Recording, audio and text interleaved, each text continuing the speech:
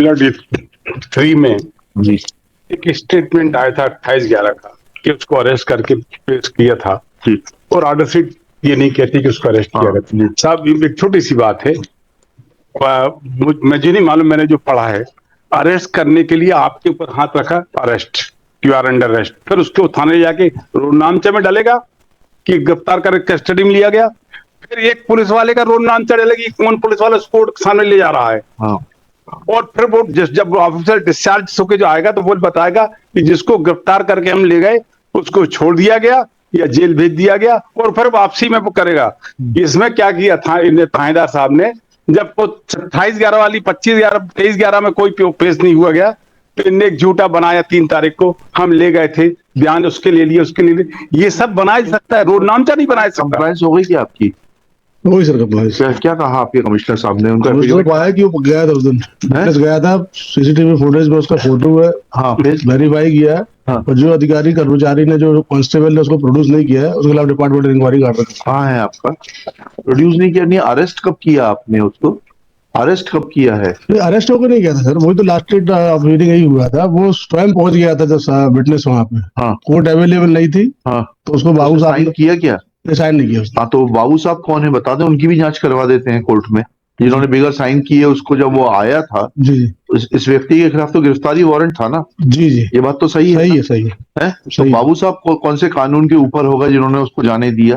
जी, तो secondly sir last time court के सामने की थी कि उसको कैसे छोड़ दिया था 3 तारीख को उसका स्टेटमेंट लेके, हाँ, तो उसका ये था कि लास्ट डेट तक उसका वारंट था, दूसरा जो वारंट इशू हुआ था वो थाने में रिसीव नहीं हुआ था ड्यू टू दैट। वारंट, गिरफ्तारी वारंट तो परपीचुअल होता है, पेशी टू पेशी नहीं होता। ये पुलिस को इतनी बात समझानी पड़ेगी क्या? अगर बेलेबल वारंट होता जी जी, तो वह उस पेशी के लिए था, उस पेशी के बाद अगर नया बेलेबल वारंट प्राप्त नहीं हुआ है, then they would have been right. But let us first clarify the facts, whether arrest warrant was issued against him. 23/11 का सीट है सर। हाँ जी, नहीं मुझे याद है, इसीलिए इनसे पूछ रहा हूँ। तो फिर नए वारंट का इंतजार किस प्रावधान में कर रहे थे? पुलिस कमिश्नर साहब को बुलवा लीजिए। कौन से कानून में है कि एक बार जब नॉन बेलेबल वारंट जारी हो गया, अरेस्ट वारंट जारी हो गया, तो वो डेट गुजर जाने के बाद में आप स्टेटमेंट रिकॉर्ड कर लेंगे और उसके खिलाफ कोई कार्रवाई नहीं करेंगे? कौन से कानून में? Page 2 of his affidavit. आप पढ़िए, कहाँ है आपका एफिडेविट?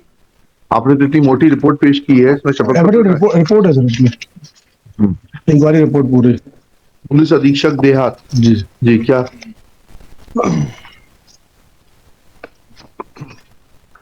कहाँ लिखा है? पेज 2 पे पढ़िए प्लीज। उप पुलिस अधीक्षक मुख्यालय देहात जिला भोपाल को पेज 2 पहला फर्स्ट कार्यवाहक प्रधान आरक्षक राजेश राजपूत साक्षी घनश्याम अरोड़ा गिरफ्तारी वारंट न्यायालय से प्राप्त होने व उसके अदम तमील होने संबंधी जानकारी थाना प्रभारी के संज्ञान में नहीं लाने से दिनांक 28/11 को माननीय उच्च न्यायालय में शासकीय अधिवक्ता द्वारा इस संबंध में जानकारी चाहे जाने पर कि उप निरीक्षक रिंकू जाटव को गलत जानकारी देने व उक्त गिरफ्तारी वारंट तामील हो तो स्वेच्छापूर्ण तरीके से आरक्षण दिवंत बाबू सौंपने लाभ, इसको तो जिसने बताया नहीं उसको दिया। लास्ट में सामने मेरे लिखा था कि आपका स्टेटमेंट इनकरेक्ट है, उसमें सर चूंकि प्रकरण में कार्यवाहक निरीक्षक विजय बहादुर सेंगर थाना प्रभारी सूखी सोनिया भोपाल द्वारा शासकीय अधिवक्ता महोदय को निर्देशों की उपरोक्त अनुसार त्रुटिपूर्ण व्याख्या करते हुए संशय के कारण अपने अधीनस्थ को कथन लेख करवाने संबंधी निर्देश दिए हैं, जबकि वारंटी के कथन लिए जाने का कोई प्रावधान नहीं है जी। अतः कार्यवाहक निरीक्षक विजय बहादुर सेंगर थाना प्रभारी सूखी अधीनस्थ पर पूर्ण नियंत्रण नहीं होने पर शिथिल कार्य बढ़ाने के लिए कार्यालय के आदेश निंदा से काम हो जाएगा? आप मजाक कर रहे हैं? निंदा का क्या इम्पैक्ट होता है? It's a serious offence, it's a major misconduct. और हमने किसका एफिडेविट फाइल करने के लिए बोला था आपको? एफिडेविट नहीं, एसपी को इंक्वायरी करने के लिए वो कंडक्ट। एसपी का बोला था, पुलिस कमिश्नर का बोला था? देखें जरा ऑर्डर शीट देखें। Police commissioner Bhopal conduct detailed inquiry that under which provision of law. तो वो कहाँ है पुलिस कमिश्नर साहब का? Failing which police commissioner? कहाँ है पुलिस कमिश्नर साहब का? Police commissioner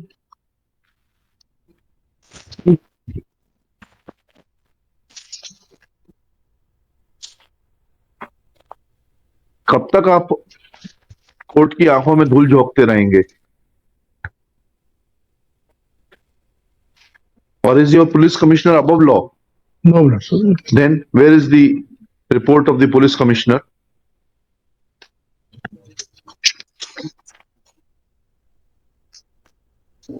Report of the police commissioner is not available on record as per the directions issued by this court on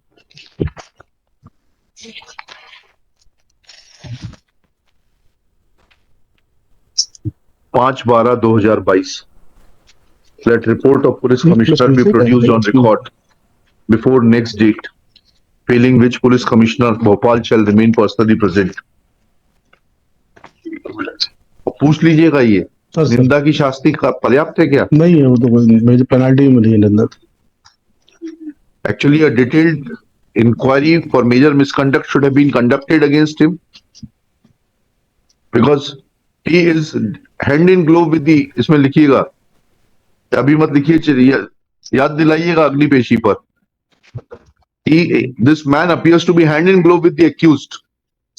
वो तो गया तो था सर, उसमें बड़ी मेहरबानी करी जाकर. नहीं, उसने मेहरबानी सर, सीसीटीवी इनका ये कहना था गया ही नहीं. सीसीटीवी फुटेज में सर इनकी बात पर मैं 100% किसी की बात पे भरोसा नहीं करता. इशू इस वक्त दूसरा है. सर वो गया था, और इसमें लिखिएगा, in the meanwhile principal district जज Bhopal will also take action against the concerned court clerk who had allowed the witness as per the report filed by the superintendent of police within bracket rural Bhopal, allowing the witness to leave the court premises without marking his presence and without being referred to the in charge judge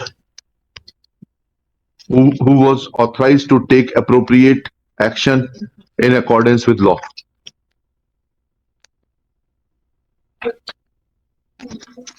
sir